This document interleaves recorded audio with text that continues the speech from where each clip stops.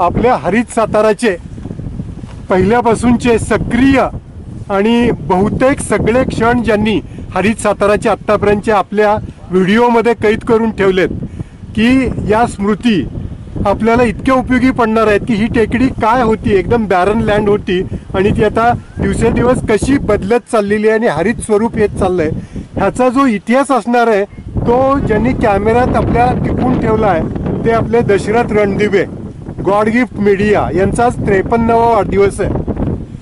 दहिवडी जवळच्या एका पिलीव जवळच्या छोट्याशा गावातून आलेले ज्यांनी आपलं सगळं शिक्षण कमवा आणि शिका या योजनेत केलं ते आपल्या हरित साताराच्या कार्यात पहिल्यापासून सामील आहेत. आज ते 53वा वाढदिवस साजरा करतात आणि आज त्यांनी आपल्या टेकडीवर कुसुंबीचं झाड लावलंय.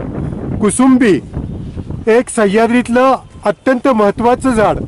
मला सांगायला इथं खूप आनंद होतोय की आपल्या आजूबाजूच्या परिसरात कुठेही कुसुंबीची झाडं नाही आहेत आणि आपण आत्ता इथं लावायला जवळजवळ कुसुंबीची 50 झाडं आणलेली आहेत. त्यातली 4 लावून झालेली आहेत आणि आज 5वं झाड दशरथ यांच्या हस्ते आपण लावलेलं आहे. हरित साताराच्या सर्व सदस्याकडून आपण दशरथ रणदिवे यांना वाढदिवसाच्या खूप खूप शुभेच्छा देत आहोत.